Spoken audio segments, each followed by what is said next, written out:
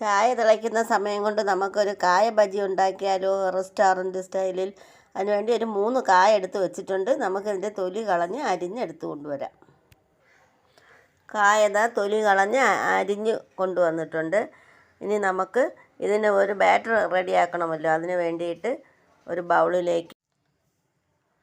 ബൗളിലേക്ക് അല്പം 1 കപ്പ് കടലമാവ് ഇട്ട് കൊടുത്തിട്ടുണ്ട്. അതിലേക്ക് ഇനി 1 ടീസ്പൂൺ കാശ്മീരി മുളക് പൊടി, 1 ടീസ്പൂൺ സാധാരണ മുളക് പൊടി, ഒരല്പം സോഡാപ്പൊടി, ഒരു ആവശ്യത്തിനുള്ള ഉപ്പും കൂടെ എടുത്തിട്ടുണ്ട്. അതും കൂടെ ഇതിലേക്ക് ചേർത്ത് കൊടുക്കാം.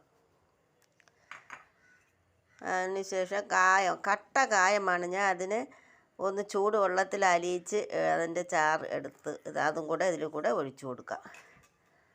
അതിനുശേഷം നമുക്ക് ഇത് നല്ലതുപോലെ ഒന്ന് മിക്സ് ചെയ്യാം. ഇതെല്ലാം കൂടെ നമുക്കൊന്ന് സ്പൂൺ കൊണ്ട് ആദ്യം ഒന്ന് മിക്സ് ചെയ്ത് കൊടുക്കാം.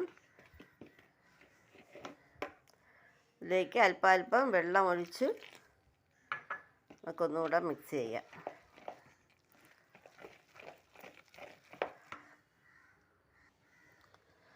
ഈ പാകത്തിന് മാവ് കലക്കിയിട്ടുണ്ട്. ഇത്രയും കട്ടി മതി. അധികം ലൂസായാൽ നമുക്ക് ഇതിൽ ഈ കായയിൽ പിടിക്കത്തില്ല.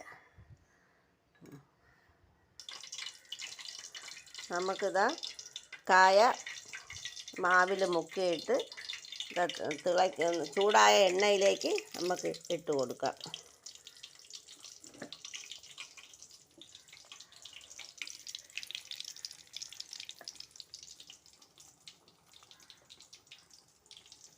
ഇതേപോലെ ഓരോന്നായിട്ട് ഇട്ട് കൊടുക്കാം.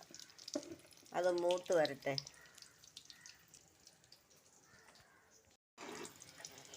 ഒരു സൈഡ് മൂത്ത് വരുന്നുണ്ട്. നമുക്കിതിനെ തിരിച്ചിട്ട് കൊടുക്കാം.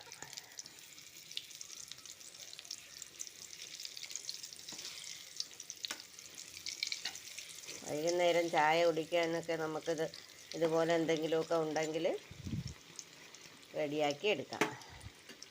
ഈ സൈഡും കൂടെ ഒന്ന് മുരിയട്ടെ. അതായത് മൂത്തിട്ടുണ്ട്. നമുക്ക് എടുക്കാം. ഇനി നമ്മുടെ ബജി റെഡി ആയിട്ടുണ്ട്.